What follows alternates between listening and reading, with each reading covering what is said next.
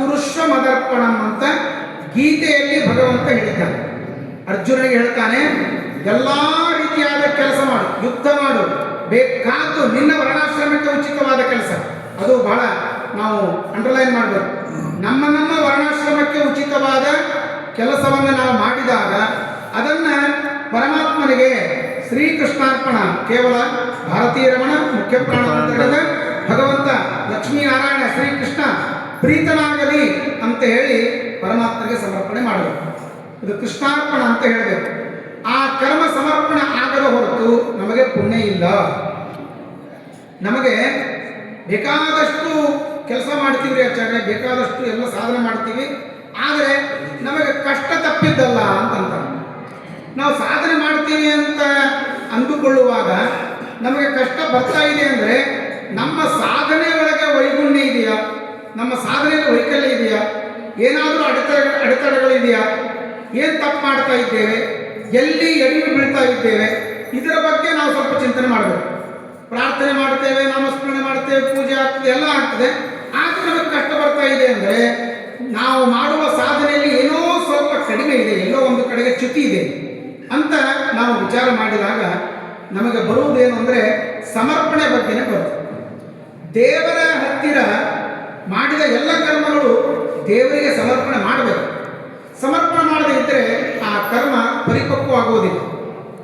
Address ಬರೆಯದೆ ಪತ್ರ ಹಾಕಿದರೆ ಹೋಗೋದಿಲ್ಲ, ಅದು ಸುಮ್ಮನೆ ಪೋಸ್ಟಲ್ಲಿ ಬಿದ್ದಿರ್ತದಷ್ಟೇ. ಹಾಗೆ ಆ ಭಗವಂತನಿಗೆ ಸಮರ್ಪಣೆಯನ್ನು ಮಾಡಬೇಕಾದರೆ ಭಾರತೀಯ ಮುಖ್ಯ ಪ್ರಾಣಾಂತರ್ಗತ ಸ್ವಾಮಿ ಶ್ರೀಕೃಷ್ಣ ನಿನಗೆ ಸಮರ್ಪಿತ ಅಂತ ನಾವು ಯಾವಾಗ ಸಮರ್ಪಣೆ ಮಾಡ್ತೇವೆ ಆಗ ಸರಿಯಾಗಿ ನಮ್ಮ ಎಲ್ಲ ಕರ್ಮವನ್ನು ಪರಮಾತ್ಮ ಸ್ವೀಕಾರ ಮಾಡುತ್ತಾರೆ. ಅದಕ್ಕೆ ನಾವು ಮಾಡುವ ಕರ್ಮಗಳಲ್ಲಿ ಏನಾದರೂ ಚ್ಯುತಿ ಇದ್ದರೆ ನಮಗೆ ಸಮಸ್ಯೆ. ನದೇವ ತೋಷಣಂ ವೃಥ.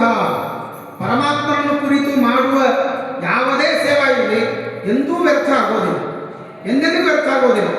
ನಮಗೆ ಈ ಜನ್ಮದೊಳಗೆ ಅದರ ಪುಣ್ಯ ಸಿಕ್ಕಿಲ್ಲ ಅಂತಾದರೆ ಮುಂದಿನ ಜನ್ಮದೊಳಗೆ 100% ನಮ್ಮ ಜೊತೆಗೆ ಬರ್ತದೆ. ಅತಿ ಉತ್ಕಟೈ ಪುಣ್ಯ ಪಾಪೈ ಇಹೈವ ಫಲಮಶ್ನುತೆ. ಶಾಸ್ತ್ರ ತಿಳಿಸ್ತದೆ, ಭಾರೀ ಪುಣ್ಯ ಮಾಡಿರ್ಬೋದು, ಆ ಪುಣ್ಯದ ಭೋಗ ಈ ಜನ್ಮದಲ್ಲಿ ಆಗ್ಬೋದು ಅಥವಾ ಮುಂದಿನ ಜನ್ಮದಲ್ಲಿ ಆಗ್ಬೋದು. ಪಾಪದ ಭೋಗ ಅರ್ಥಾತ್ ಪಾಪದಿಂದ ಬರುವ ಶಿಕ್ಷೆ ಅದು ಈ ಜನ್ಮದಲ್ಲಿ ಆಗ್ತದೆ. ಅದು ಎಂದಿಗೂ ಬೇರೆಯವರಿಗೆ ಟ್ರಾನ್ಸ್ಫರ್ ಆಗೋದಿಲ್ಲ. ನಮ್ಮ ಕರ್ಮ ನಮ್ಮ ಸುತ್ತಲೂ. ಊರು ಬಿಟ್ಟು ಪರ ಊರಿಗೆ ಹೋದರೆ ಪ್ರಾರಬ್ಧವು ಬೇರಾಗಿದೆ, ಹರಿ ನಿನ್ನೊಲುಮೆ ಆಗುವ ತನಕ ಅರಿತು ಸುಮ್ಮನಿರಬೇಕು. ದೇವರ ದರ್ಶನ ಆಗಬೇಕು, ದೇವರ ಅನುಗ್ರಹ ಆಗಬೇಕು. ಅಲ್ಲಿವರೆಗೆ ಸುಮ್ಮನಿರುವುದೇ, ಸುಮ್ಮನೆ ನಾವು ಸಾಧನೆ ಮಾಡ್ತಾ ಇರಬೇಕಷ್ಟೇ. ದೇವರ ಕಡೆ ಬಟ್ ಮಾಡಿ ತೋರಿಸಿದ್ರೆ ಅವರಂತಾನೆ ನಿನ್ನ ಬಟ್ ತೋರಿಸ್ತೀನಿ, ನಿನ್ನ ಹತ್ರ ಏನೇನಿದೆ ಹೇಳ್ತೀನಿ, ಕಡೆ ನಿನ್ನ ದೋಷ ಏನೇನಿದೆ ನಿನ್ನ ಫೈಲ್ ತೆಗಿತೀನಿ, ಆಮೇಲೆ ನನಗೆ ಹೇಳುವ ಅಂತ ಅಂತಾನೆ ದೇವರು. ಅದಕ್ಕಾಗಿ ಸುಮ್ಮನಿರುವುದೇ ಲೇಸ, ಸುಮ್ಮನೆ ಇರಬೇಕು. ಆ ಭಗವಂತನ ವಿಶೇಷವಾಗಿರುವಂತಹ ಸ್ಮರಣೆಯನ್ನು ಮಾಡ್ತಾ ಮಾಡ್ತಾ ನಾವು ಎಲ್ಲ ಕರ್ಮವನ್ನು ಪರಮಾತ್ಮಗೆ ಸಮರ್ಪಣೆ ಮಾಡಬೇಕು. ಆ ಕರ್ಮ ನಮ್ಮ ಜೊತೆಗೆ ಇರ್ತದೆ. ಆ ಪುಣ್ಯ ಯಾವ ಬಿಸಿಲಲ್ಲಿ ಹೋಗ್ತಾ ಇರುವಾಗ ನೆರಳು ನಮ್ಮಿಂದ ಬರುತ್ತದೆ, ಹಾಗೆ ಕರ್ಮ ಅನುಭವ ಗಚ್ಚತಿ ಜೀವ ಏಕ. ಶ್ರೀಮದಾಚಾರ್ಯರು ಬಹಳ ಚೆನ್ನಾಗಿ ಒಂದು ದೃಷ್ಟಾಂತ ಕೊಡ್ತಾರೆ. ಯಥಾ ಗೋಷು ಸಹಸ್ರೇಶು ವತ್ಸೋ ವಿಂದತಿ ಮಾತರಂ ತಥಾ ಪೂರ್ವಕೃತಂ ಕರ್ಮ ಕರ್ತಾರಂ ಅನುಗಚ್ಚತಿ. ಬಹಳ ಸುಂದರವಾದ ಮಾರ್ಮಿಕವಾದ ದೃಷ್ಟಾಂತ. ಇದೆಲ್ಲ ಆಕಳುಗಳು ಬಹಳ ಈ ಉತ್ತರ ಭಾರತದೊಳಗೆ.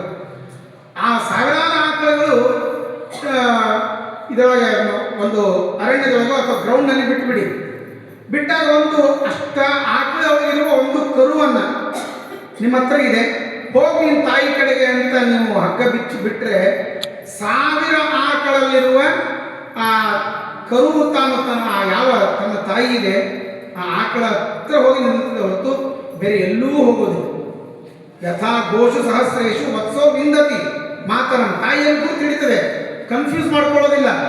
ಹಾಗೆ ದೇವರಿಗೇನ್ರಿ ಕನ್ಫ್ಯೂಸ್ ಆಗ್ಬೋದು. ನಮ್ಮ ಕರ್ಮ ಇಲ್ಲಿ ಮಿಸ್ ಆಗಿ, ಫೈಲ್ ಮಿಸ್ ಆಗಿ, ಏನೋ ಮುನ್ಸಿಪಾಲಿಟಿ ಒಳಗೆ RTO ಆಫೀಸ್ನಾಗೆ ಅದು ಇದು ಸುಟ್ಟು ಹೋಯ್ತು ಅಂತ ತಕರಾರು ಮಾಡಿಬಿಡ್ತಾರ. ಹಾಗೆ ದೇವ್ರಿಗೂ ಮರೆತು ಹೋಗ್ತದೆ. ಸಾಧ್ಯ ಇಲ್ಲ. ನಮ್ಮ ಜೊತೆಗೇನೆ ಜಾಯಿಂಟ್ ಅಕೌಂಟ್ ಮಾಡಿಬಿಟ್ಟಾನೆ ದೇವರು. ನೀವೆಲ್ಲಿ ಹೋಗ್ತಾರೆ ನಿಮ್ಮ ಜೊತೆಗೆ ಬರ್ತದೆ. ಸೊ ದೇವ್ರಿಗೆ ಟೆನ್ಷನ್ ಇಲ್ಲ, ಎಲ್ಲ ಸಾಫ್ಟ್ವೇರ್ ಸಂಪೂರ್ಣ ಸೆಟ್ ಮಾಡಿ ಇಟ್ಬಿಟ್ಟಾರೆ.